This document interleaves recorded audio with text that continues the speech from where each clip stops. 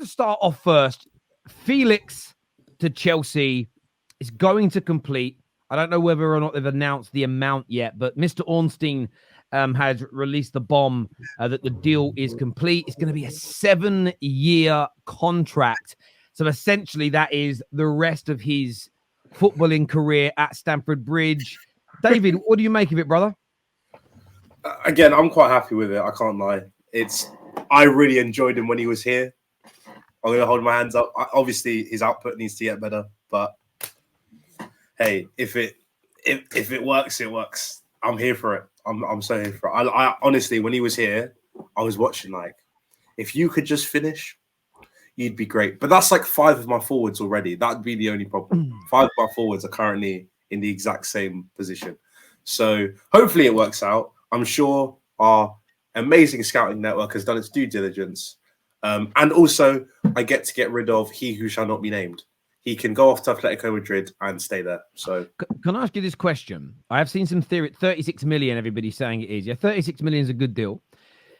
Do you feel that Chelsea really want him? Or is this because they can spread that 36 million pounds over 7 years? So essentially this season it's costing you what, like 5 million pounds, but they get that 40 million on their books today for Conor Gallagher.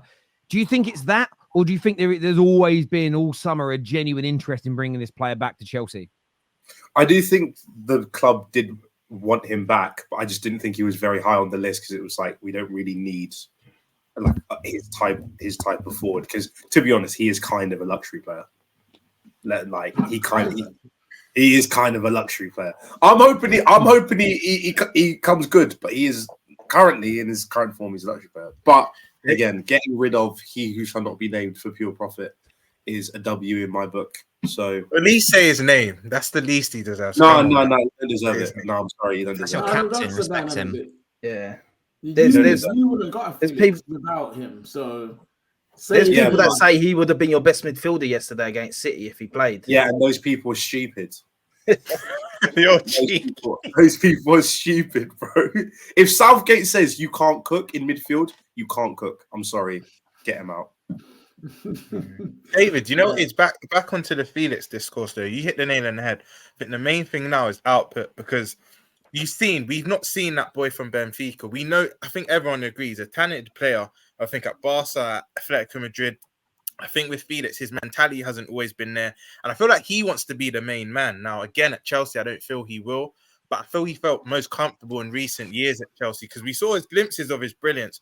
But at Barca, I think kind of Gavi, Pedri, Lewandowski overshadow him. At Atletico Madrid, the rest did as well. But I feel like the reason why you've given him this 6-year contract as well, because I believe your board think they can get the best out of him because he's coming into his prime years. But you're spot on. I think his output needs to improve. I think his output, because the talent's there. Roms, that last part before you finish, man. It's not because they believe they can get the best out of him in the next how many years. He's coming into his prime, It's not that, bro. You all know what it is. Terry mentioned it before. It's the amortization so they can spend little this first year and spread it out throughout his contract. Because no one can sit and tell me they believe every single player that they've got on and signed on these death row contracts is because, you know what, we see them, we can get the best out of them in 7-8 years. Robert Sanchez is on a 7-year contract. Sanchez, I think it's a standard, it's a standard practice for Chelsea to give out these big contracts. Now, we've seen it, I've said it already before.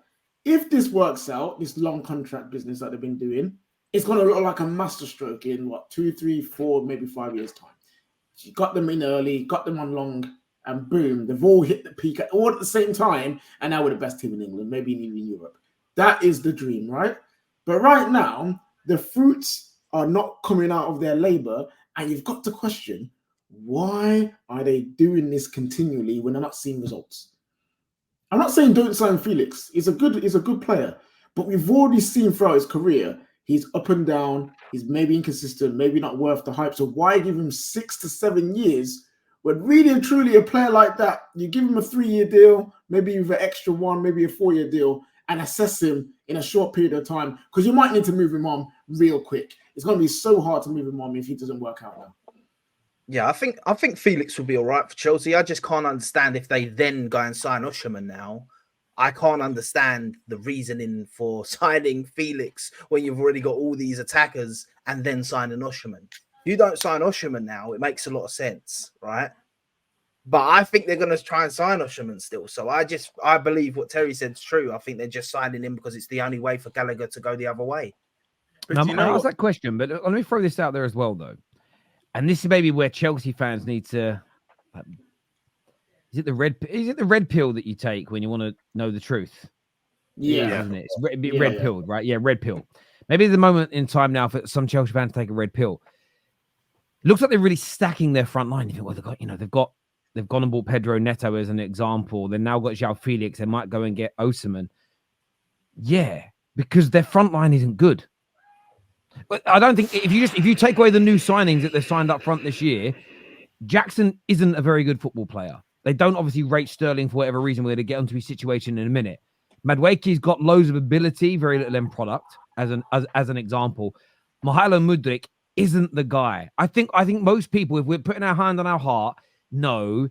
But wait, he's old. He's at 24 years old. He's not a kid, Mudryk. I actually thought he was 21.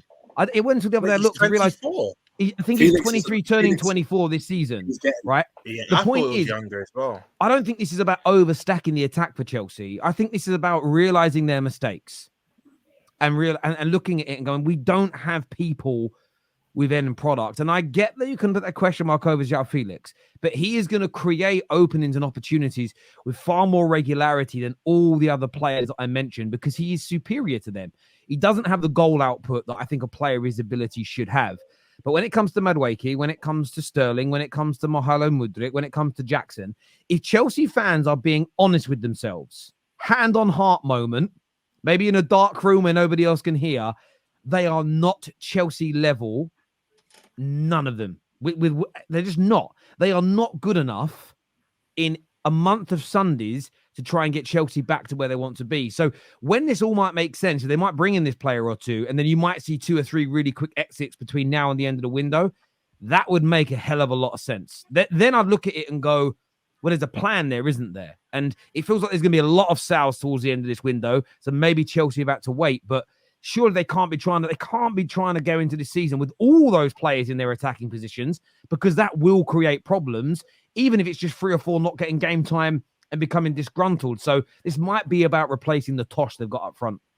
Terry, you hit the nail on the head because obviously as Real fans, it's fun to laugh at Chelsea, but they're going to have a lot of outgoings in their forward department. I think Datro Fofana will be gone by the end of the window. Armando Broja will be gone by the end of the window.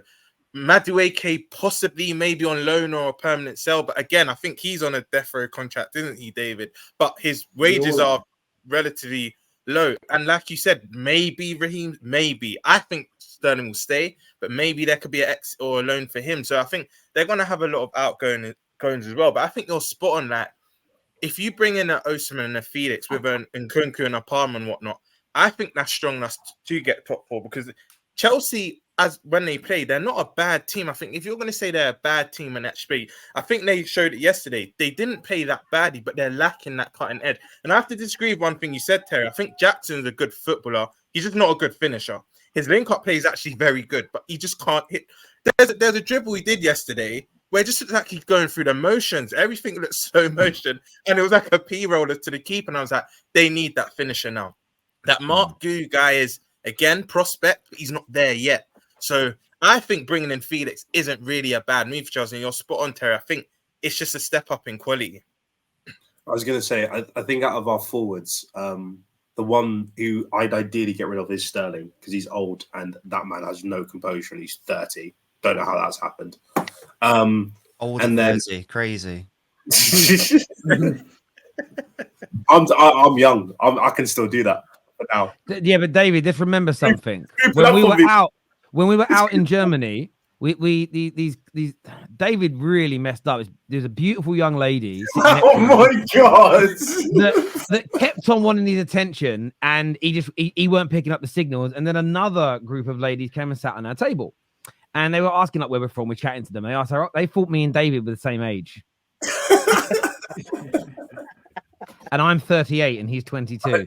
And that's how haggard David looks. Terry, I know you're doing cartwheels. You're like, yes. No, they said I look 28. I couldn't believe it.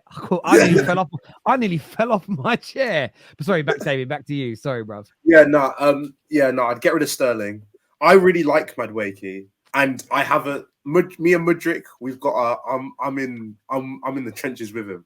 After that Liverpool game 1, I believe there's a player in there, and I'm just gonna hang on to it for. We had Milner right back. Come on, David. Shush. That day he was looking like Hazard, bro. I believe he did look good. He did look good. There's a player in there. I just need. I think you guys have got to let it go. There's a comment here that said Mudryk's going nowhere. Chelsea owe 60 million on him, and no one's paying that. But it's not all about sales. I think send him out on loan to somewhere that's easier than the Prem in Europe. As a good season, you might be able to recoup a fair amount of that money. I'm just saying, Chelsea fans, this now. Chelsea do not have the luxury of waiting for 2 or 3 players like Mudryk to get better. Yes, you're going into the 3rd year of your project. Yes, it's a new manager, but it's the 3rd year of what Clearlake are trying to do. Huge investment has gone in. You need to start making a return on the football pitch. You need to get back towards the Champions League. You haven't got a year, 18 months for Mudryk and co to show they're good enough. I think what your club has to do is say, you know what? Because you all know, I know you're saying, David, but in your heart of hearts, you know. No. You know he ain't it. If Mudryk played for Arsenal, I'd cook him every week. I get why people do it. Don't get it twisted. But I personally believe. But yeah, no, it wouldn't shock me if. But here's the thing. Ended up doing 2 years on loan, and we sent 30 mil. Wouldn't shock me. That wouldn't shock me. The thing is, like, Chelsea are in this position now where they have to sell. They need to. Like the amount of forwards, the amount of centre backs they've got, the amount of goalkeepers they've got to be selling. They've got to be loading real quick. But at some point, I know they're right now in the last few years they've been like, oh, Chelsea can sell real good. That will run out at some point because the myth that they've got all these amazing players will eventually die if they're not performing on the pitch. Like, no one's going to come to your door and be like, you know what, that Mudryk brother, I know you paid 80 million for him. Here's 60. No one's doing that. You know what I'm saying? No one's looking at Enzo Fernandez and saying in a year's time he doesn't cut it. It's like, you know what, you paid 115 million for him. You know what, here's 80.